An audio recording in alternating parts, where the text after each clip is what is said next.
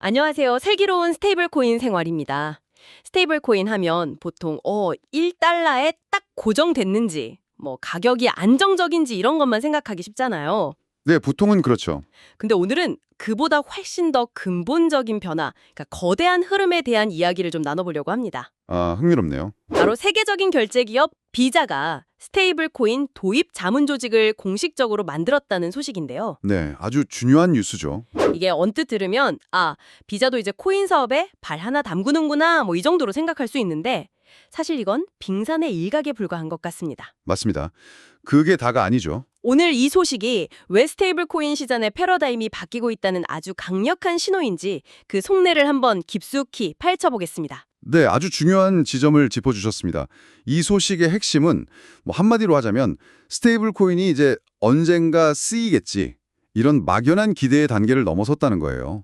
기대의 한계를 넘었다. 네, 그래서 이걸 우리 회사에 당장 어떻게 도입할 것인가 하는 아주 구체적인 실행의 문제로 넘어왔다는 아주 강력한 신호탄이라고 볼 수 있습니다. 미래의 가능성이 아니라 이제 현재의 과제가 된 거죠. 그런데요, 자문 조직, 그러니까 컨설팅 서비스를 공식 출시했다는 게 그렇게까지 중요한가요? 네, 아주 중요합니다. 사실 많은 빅테크 기업들이 블록체인 관련해서 이런저런 테스트나 파일럿 프로젝트는 많이 하잖아요. 그것들하고는 좀 결이 다른 이야기인가요? 아, 완전히 다릅니다. 완전히요? 네, 거대 기업이 어떤 기술을 정말로 산업 표준으로 보고 있다는 신호는요. 파일럿이나 무슨 내부 테스트가 아니에요. 그럼 뭔가요? 바로 상품화입니다. 상품화.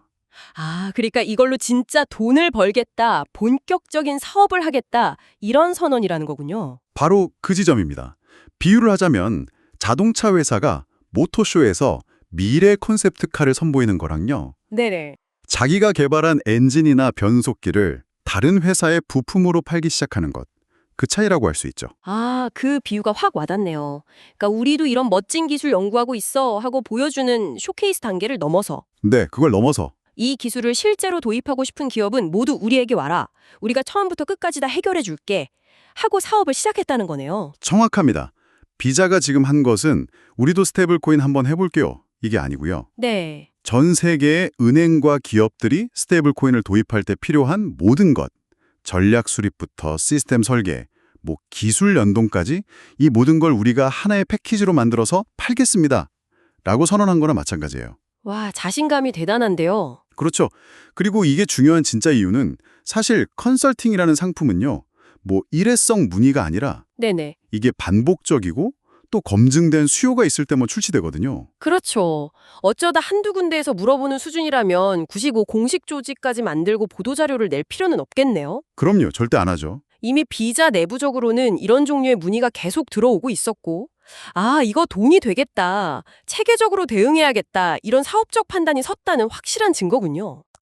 그 수요에 맞춰서 표준화된 솔루션을 제공할 준비가 끝났다는 선언인 거죠. 음, 스테이블 코인 도입이 더 이상 몇몇 혁신 기업이나 크립토 벤처들만의 고민이 아니라 주류 금융 그리고 일반 기업들의 현실적인 어젠다로 자리 잡았다는 뜻입니다.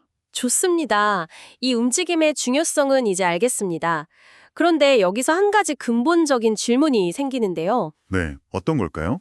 보통 스테이블 코인이라고 하면 카드 결제를 대체하는 거 아니야? 이런 걱정들 많이 하거든요. 아, 네. 많이들 그렇게 생각하시죠? 그런데 카드 결제의 제왕인 비자가 직접 뛰어들었다니 이게 약간 자기 시장을 스스로 갉아먹는 카니발라이제이션처럼 보이기도 하거든요. 정말 비자가 자신의 핵심 사업인 카드 결제 시장을 노리는 걸까요? 아주 흥미롭고 예리한 질문입니다. 그리고 바로 그 지점이 많은 분들이 좀 오해하는 부분이기도 하고요. 오해다. 네. 결론부터 말씀드리면 지금 당장 스테이블 코인이 바꾸려는 시장은요. 우리가 매일 커피 사 마시는 소비자 결제 영역이 아니에요. 그게 아니군요. 그보다는 눈에 잘 보이지 않는 기업 간의 정산과 자금 이동 영역입니다. 물밑에서 훨씬 더 거대한 돈이 움직이는 시장이죠. 개인들이 쓰는 소매 결제가 아니라 기업들이 움직이는 그 거대한 돈의 흐름에 더 주목해야 한다는 말씀이시군요. 그렇습니다. 가령 삼성전자 같은 거대 기업을 한번 상상해 보세요. 네.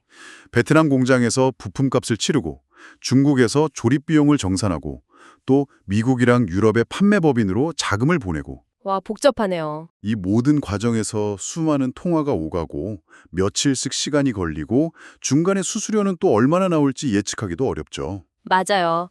주말이나 공휴일엔 아예 멈춰 있고요. 바로 그겁니다. 이 거대한 돈의 흐름을 단 1%만 효율화해도 기업 입장에서는 어마어마한 비용 절감이에요. 그렇죠. 개인은 몇천 원 수수료에 민감하지만 기업은 수십억, 수백억을 움직이는데 거기서 며칠의 시간과 몇 퍼센트의 수수료는 정말 엄청난 차이를 만들겠네요. 맞습니다. 바로 이 지점에서 스테이블 코인이 디지털 달러가 흐르는 새로운 레일 역할을 하게 되는 겁니다. 새로운 레일. 네. 수십 년간 사용해온 기존의 국제 송금망, 그러니까 스위프트라는 게 있거든요. 네, 들어봤어요. 은행들이 쓰는 국제 금융 전용 메신저 같은 건데 이게 안정적이긴 하지만 요즘 시대의 속도를 따라가기엔 느리고 비쌀 때가 많습니다. 스테이블 코인은 이 낡은 철도를 대체할 새로운 고속 철도망을 까는 것과 같아요. 연중무휴 24시간, 거의 실시간으로 예측 가능한 비용으로 달러를 전 세계 어디로든 보낼 수 있게 되는 거죠. 그렇군요. 그러니까 비자는 그 새로운 고속철도망, 즉 스테이블 코인이라는 레일을 깔고 싶어 하는 수많은 기업이나 은행들에게 네, 바로 그들에게. 새로운 레일을 깔고 싶으신가요? 직접 하려면 복잡하고 위험합니다. 우리가 수십 년간 쌓아온 노하우로 가장 안전하고 효율적인 설계도를 그려드리겠습니다. 이렇게 말하는 거군요. 정확합니다. 경쟁자가 아니라 새로운 인프라를 까는 인프라 설계자 역할을 자처하고 나선 셈이네요. 맞습니다. 그래서 이건 카드 결제 시장에서의 경쟁이 아니에요. 오히려 기업들의 자금 관리, 트레저리라고 하죠. 송금, 정산 시장에서 스테이블 코인 도입이 본격적인 실무 단계로 전환되고 있다는 흐름을 보여주는 가장 확실한 증거입니다. 알겠습니다. 기업들의 돈의 흐름을 바꾸는 게 핵심이라는 건 이해했습니다. 그런데 막상 기업 담당자 입장에서 이걸 도입하려고 책상에 앉으면 어디서부터 시작해야 할지 정말 막막할 것 같거든요. 막막하죠, 당연히. 스테이블 코인 좋은 건가요? 같은 원론적인 질문은 이미 끝났을 테고요. 도대체 어떤 현실적인 질문들 때문에 비자 같은 전문가 집단이 필요하게 되는 걸까요? 바로 그 부분이 오늘 이야기의 하이라이트라고 할 수 있습니다. 오, 기업들의 질문은 더 이상 추상적이지 않아요. 아주 구체적이고 현실적인 대략 5가지의 카테고리로 수렴됩니다. 비자는 바로 이 골치 아픈 질문 묶음 전체에 대한 종합 솔루션을 제공하겠다는 거고요. 그 5가지 질문이 뭔지 정말 궁금하네요. 첫 번째는 뭔가요? 첫 번째 질문은 그래서 우리는 스테이블 코인을 정확히 어디에 쓸 것인가? 유즈 케이스입니다. 유즈 케이스, 용도군요. 네, 도입의 목적을 명확히 하는 단계죠. 가령 앞서 말한 글로벌 공급망 대금 지급에만 쓸 건지 아니면 그룹사 내부에 흩어져 있는 여러 법인 간의 자금 이동을 효율화할 건지 혹은 고객에게 직접 보상이나 환불을 지급하는 수단으로 쓸 건지 예를 들어 글로벌 게임 회사가 전 세계 유저들에게 이벤트 보상을 지급한다고 생각해 보세요. 네네. 이걸 스테이블 코인으로 하면 훨씬 빠르고 저렴하겠죠. 이처럼 목적에 따라서 필요한 기술과 시스템이 완전히 달라지기 때문에 이게 모든 것의 첫 단추입니다. 목적을 정했다면 그 다음은 우리가 이 게임에 얼마나 깊이 참여할지, 즉 스탠스를 정해야겠네요. 맞습니다. 두 번째 질문은 우리는 어떤 형태로 참여할 것인가? Form of Integration입니다. 이건 참여의 깊이를 결정하는 문제예요. 깊이요? 네, 가장 얕은 단계는 그냥 결제 수단으로 받기만 하는 것, 수납이겠죠. 다음 단계는 우리가 직접 지급에도 사용하는 것, 지급일 거고요. 받는 것과 주는 것. 그렇죠. 근데 여기서 더 나아가면 아예 내부 정산 시스템의 근간을 스테이블 코인으로 바꾸거나 정산, 혹은 이걸 달러 예금처럼 기업의 예비 자산으로 보유하고 운용할 것인가, 트레저리. 와, 이건 단순히 도구를 쓰는 수준을 넘어서 우리 회사의 재무체질 자체를 바꾸는 결정이 되는 겁니다. 듣기만 해도 의사결정이 쉽지 않겠네요. 그리고 아마 기업의 법무팀이랑 재무팀이 가장 머리를 싸맬 문제가 세 번째일 것 같은데요. 역시 규제 문제겠죠. 정확합니다. 세 번째 질문, 산더미 같은 규제와 컴플라이언스는 어떻게 해결할 것인가? regulation입니다. 이게 아주 복잡해요. 네. 예를 들어 자금 세탁 방지, AML KYC 절차만 해도 그렇습니다. 은행 계좌는 명확히 한 사람의 신원과 연결되어 있지만 디지털 지갑은 익명일 수 있거든요. 거기서부터 문제가 복잡해지는군요. 그렇죠. 또 국가 간 송금 시 송금인이랑 수취인 정보를 담아야 하는 트래블 룰은 어떻게 준수할지 이 새로운 디지털 자산을 재무제표에 어떻게 기록할지, 관련 리스크를 주주나 투자자에게 어떻게 공시할 건지, 와, 이건 기술팀이 아니라 C-레벨 임원들이랑 법무팀, 재무팀이 밤을 새워 고민해야 할 문제입니다. 네 번째는 역시 이 모든 걸 구현할 기술적인 문제겠군요. 이게 단순히 앱 하나 설치하는 수준이 아닐 것 같은데요. 물론입니다. 네 번째 질문은 기술적으로 무엇을 어떻게 연결해야 하는가? 테크놀로지입니다.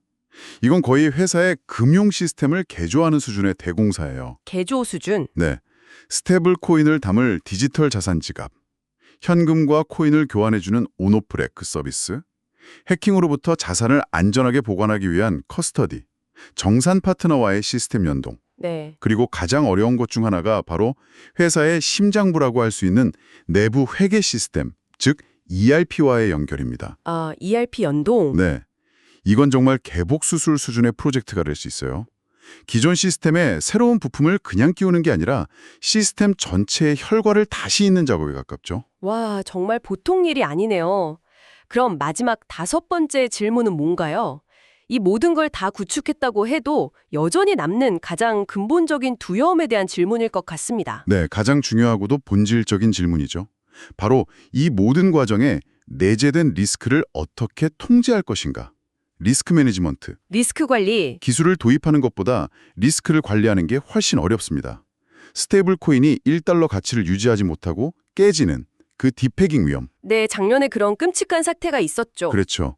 또 필요할 때 즉시 현금화할 수 있는지에 대한 유동성 위험, 거래 상대방이 파산할 위험, 해킹이나 시스템 오류 같은 운영 리스크, 그리고 블록체인 네트워크 자체의 기술적 리스크 등등. 와, 기업의 재무 담당자 입장에서는 밤에 잠을 못 이룰 만한 위험 요소가 한두 가지가 아닙니다.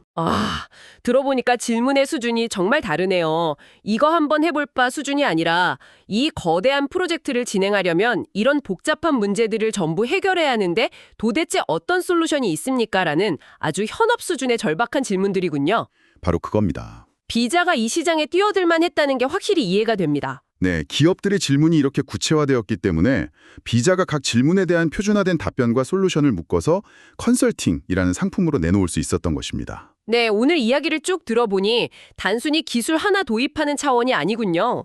회사 전체의 전략, 재무, 법무, IT 부서가 모두 참여해야 하는 거대한 변화 관리 프로젝트네요. 네, 맞습니다. 그럼 오늘 이 비자의 뉴스를 통해 우리가 얻어야 할 가장 중요한 통찰, 최종 결론은 무엇일까요? 오늘 뉴스의 본질은요, 비자가 무언가 새로운 걸 만들었다가 아니에요. 그보다는 스테이블 코인이 글로벌 금융 인프라로 편입되기 위한 표준 절차가 만들어지기 시작했다는 것입니다. 표준 절차. 네, 한 100년 전에 자동차가 처음 나왔을 때를 생각해 보세요. 자동차만 덩그러니 있었던 게 아니잖아요. 그렇죠. 도로도 있어야 하고 신호등도 있어야 하고. 맞아요. 도로, 신호등, 주유소, 운전면허, 교통법규 같은 수많은 표준들이 함께 만들어져야 했습니다. 비자가 지금 하려는 게 바로 스테이블 코인 시대의 도로와 교통법규 같은 표준을 선점하려는 움직임입니다. 표준이라는 단어가 핵심이군요. 모두가 제각각 만들던 것을 하나의 약속된 방식으로 정리하고 가장 신뢰도 높은 가이드를 제공하겠다는 선언이네요. 맞습니다. 그리고 이것은 우리 한국 시장에도 매우 중요한 시사점을 줍니다. 미래에 원화 기반 스테이블 코인이 나오든 여러 은행이 연합해서 무언가를 만들던 결국 마주할 현실은 똑같다는 거죠. 오늘 우리가 이야기했던 그 5가지 질문들, 즉 사용처, 참여 형태, 규제, 기술 연동, 리스크 관리라는 과제는 누구도 피할 수 없는 현실이라는 겁니다. 그렇군요. 결국 누가 코인을 발행하느냐는 문제도 중요하지만 그보다 이걸 어디에 어떻게 안전하게 쓰고 기존 시스템과는 또 어떻게 연결할 것인가라는 운영의 문제가 훨씬 더 먼저 그리고 중요하게 다가올 것이라는 말씀이시군요. 정확합니다. 비자가 시장에 던진 메시지는 명확해요.